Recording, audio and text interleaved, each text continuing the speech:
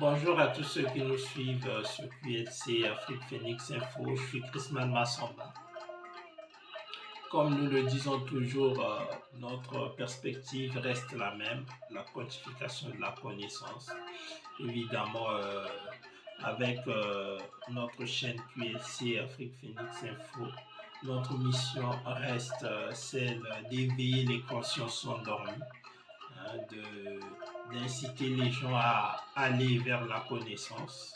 Et dans ce prisme-là, nous avons copté depuis toujours des déclarations de certains leaders, politiques ou pas, et des écrivains aussi, pour essayer toujours de pourvoir à la jeunesse des éléments qui leur permettent de cogiter. Donc aujourd'hui, je vais essayer de proposer un peu ma propre citation, qui dit que la connaissance libère et cette liberté est indépendance. En effet, c'est simplement pour résumer une pensée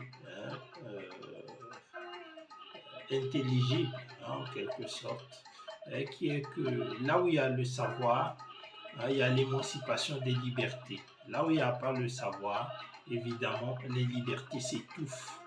Donc, c'est pour dire que la connaissance libère, et cette liberté et indépendance. Évidemment, aller dans le sens de la connaissance, c'est aller vers plus de liberté. Et s'en écarter, c'est aller vers moins de liberté. Donc, parce que l'ignorance enclave l'être dans l'obscurantisme. Évidemment, grande partie des mots dont souffrent plusieurs peuples, pas seulement un peuple spécifique, découlent de l'ignorance et souvent c'est la connaissance qui apporte des solutions à ces mots-là. Et moins il y a de connaissances, plus il y a des problèmes pour un peuple. Donc évidemment, à la jeunesse, surtout la jeunesse africaine, il faut aller dans le sens de la connaissance plutôt que vers son contraire. Parce que dans cette autre direction, il n'y a que les ténèbres, il n'y a que l'obscurité.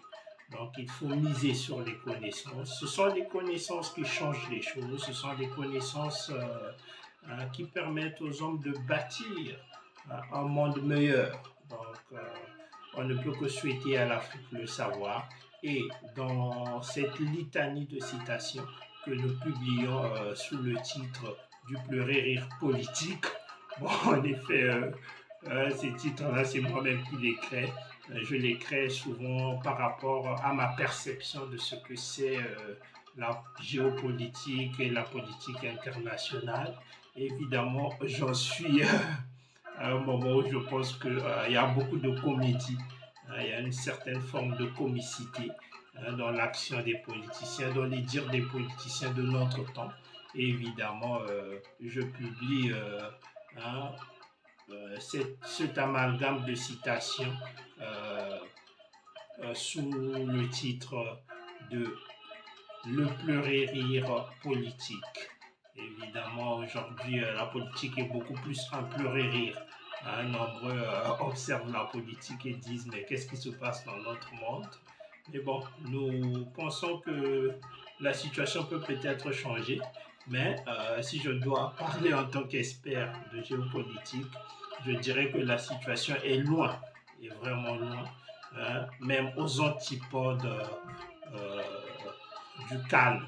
Donc, de plus en plus, on tend vers le chaos parce que, à mon humble avis, je pense que les crises, surtout ceux par exemple de l'Ukraine et de l'Iran,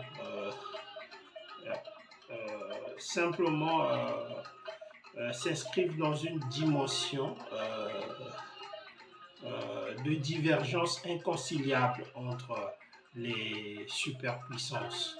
Par exemple, en Ukraine, malgré toute la farce, disons, de Donald Trump sur les négociations, la réalité est que la crise ukrainienne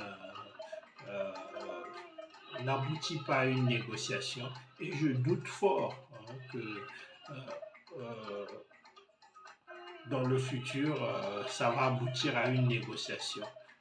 Il y a plus, je vois plus la friction que la négociation. Mais bon, après, la connaissance nous permet de bâtir des hypothèses, d'analyser en profondeur.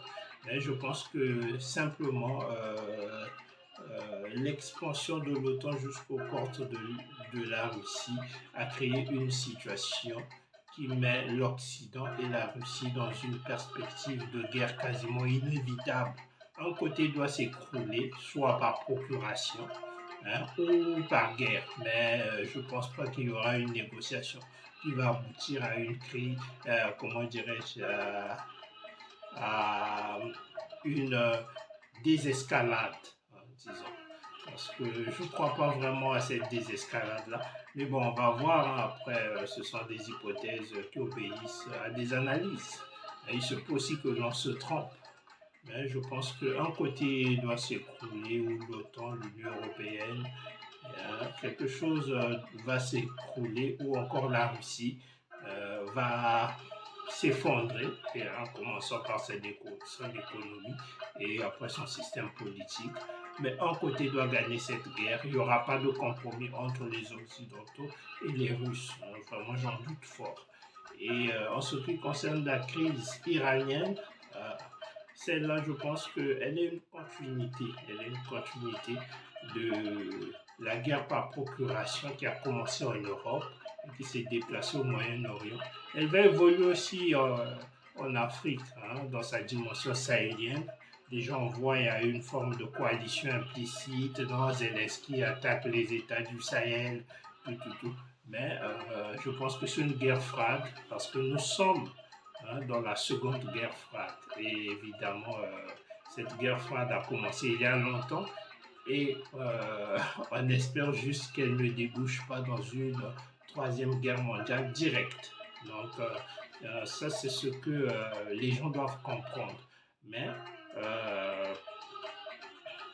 la situation géopolitique du monde est vraiment critique et la récente visite même de Donald Trump en Chine en dit long, hein, quand on voit que ce n'était que quelque chose de façade, hein, les accolades qu'ils font là et tout.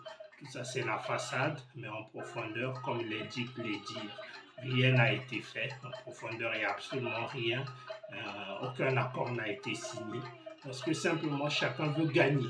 Donc la Chine, comme l'a dit Xi Jinping, comprend que l'Amérique est un État en déclin et les Américains n'acceptent pas le déclin. Évidemment, Donald Trump, il dit simplement, il dit que non, en disant que la Chine est et l'Amérique est un pays en déclin, Xi Jinping se referait particulièrement à l'Amérique dirigée par son ancien président Joe Biden.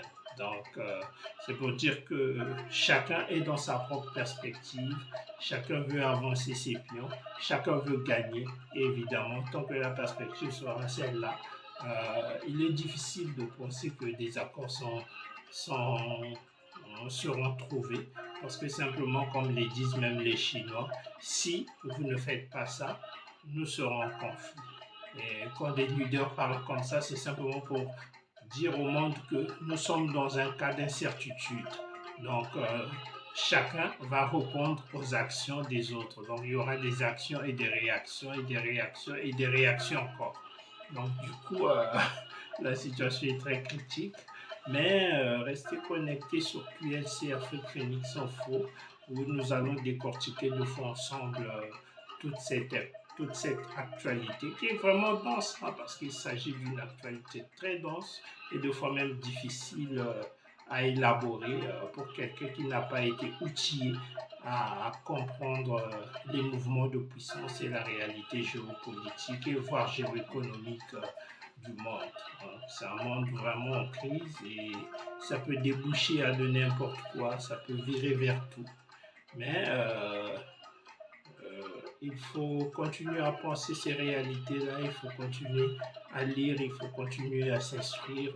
Et je pense que QLC est une plateforme bien faite, hein, pour essayer un peu de divulguer le savoir auprès de la jeunesse. Et quand il y a des questions, On peut toujours reprendre, on peut toujours même des commentaires. Souvent, quelques-uns vont dire comment ça et fait ça.